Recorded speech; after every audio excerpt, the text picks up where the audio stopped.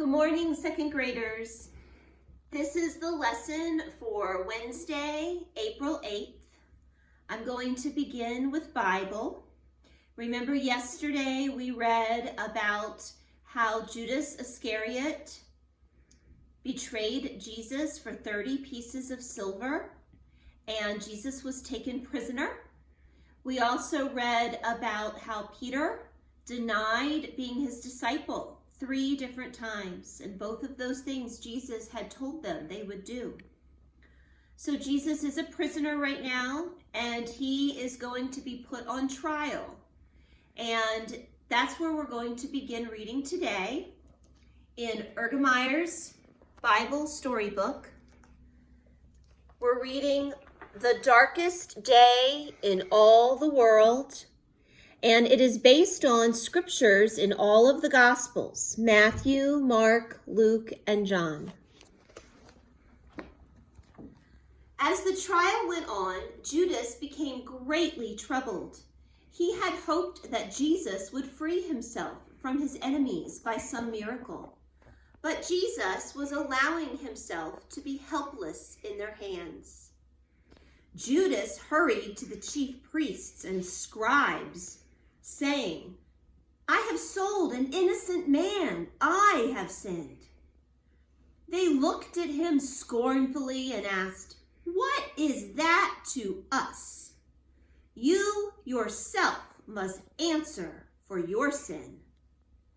Turning away, they refused to take back the money they had given him for betraying Jesus.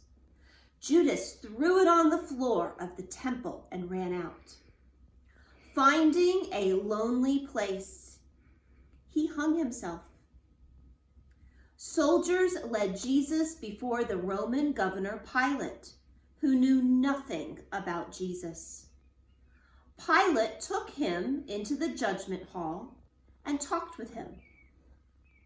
Afterwards, he said, "I find no fault in this man."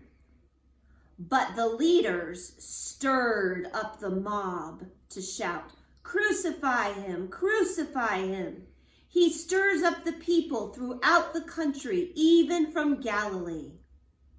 When Pilate heard this, he says, "This man belongs to the country that Herod rules."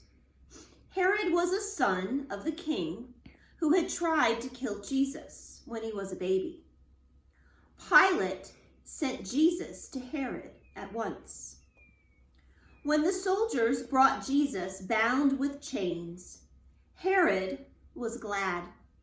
He hoped that Jesus would do a miracle before him, but Jesus would not answer even one of Herod's questions. With his soldiers, Herod mocked Jesus, dressing him in rich robes and pretending to honor him as a king. Then he sent Jesus back to Pilate.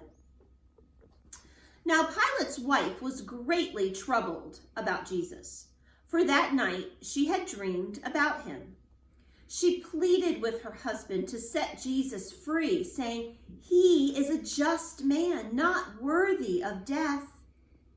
Pilate, too, wanted to free Jesus. He told the mob, "Both Herod and I have examined this man and find no fault in him." But the mob cried, "If you set this man free, you are no friend of Caesar, and Caesar will not want you for our governor." Pilate was afraid. He talked to the restless mob about another prisoner, a robber named Barabbas, who had caused the Jews much trouble. Pilate asked, "Shall I release to you Barabbas, the wicked robber, or Jesus?" With loud cries, the mob answered, "Set Barabbas free." Pilate asked, "What shall I do with Jesus?" And they answered, "Crucify him, crucify him." Taking a basin of water, Pilate washed his hands before the Jews, saying, I am not guilty of the death of this innocent man." The Jews cried out, "We ourselves will bear the blame. Let his blood be on our heads." Because Pilate wanted to please the people, he called Roman soldiers and told them to lead Jesus away to be crucified. So the trial came to an end. The Roman soldiers took Jesus and put a crown of thorns upon his head. They put a reed in his hand and bowed before him, saying, "Hail, King of the Jews!" They blindfolded him, spat on him, and hit him, saying, "Tell us who struck you." Jesus said not a word. Finally, the soldiers took off the purple robe, dressed him in his own clothes, and led him away to be crucified. They gave Jesus and the two robbers heavy crosses to carry. A crowd of curious people followed the soldiers to the crucifixion. Many in the crowd were Jesus' enemies. Others were friends who longed to help but could not.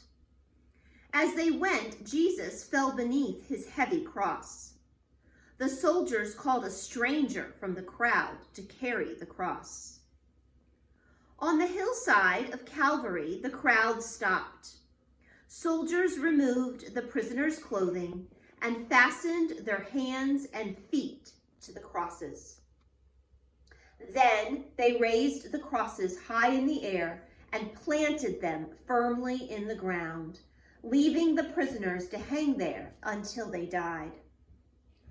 From the cross, Jesus prayed, "Father, forgive them, for they know not what they do." A sign above Jesus' head bore the words, "This is Jesus, the King of the Jews." One of the thieves who was crucified with Jesus made fun of him. The other one said, "We deserve to die, but this man has done no wrong."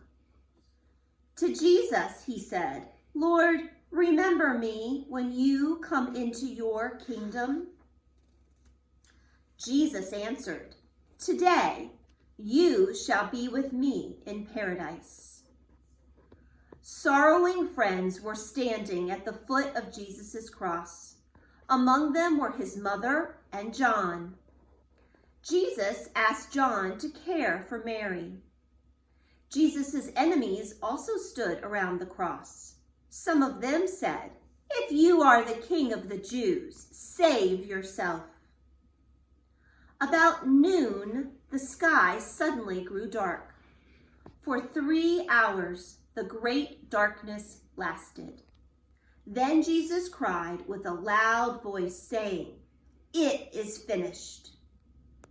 The Roman captain standing near the cross said to his soldiers, "Truly, this man was the Son of God." Here's a picture. The story's not done there, boys and girls. Tomorrow we will read about what happens next. Why don't you take a break? You may want to say your Bible verse with me on one of my videos on YouTube. You may want to sing the hymn of the month, or you may want to do your math facts because we're going to start math when you come back. All right, push pause and I'll see you in a few minutes.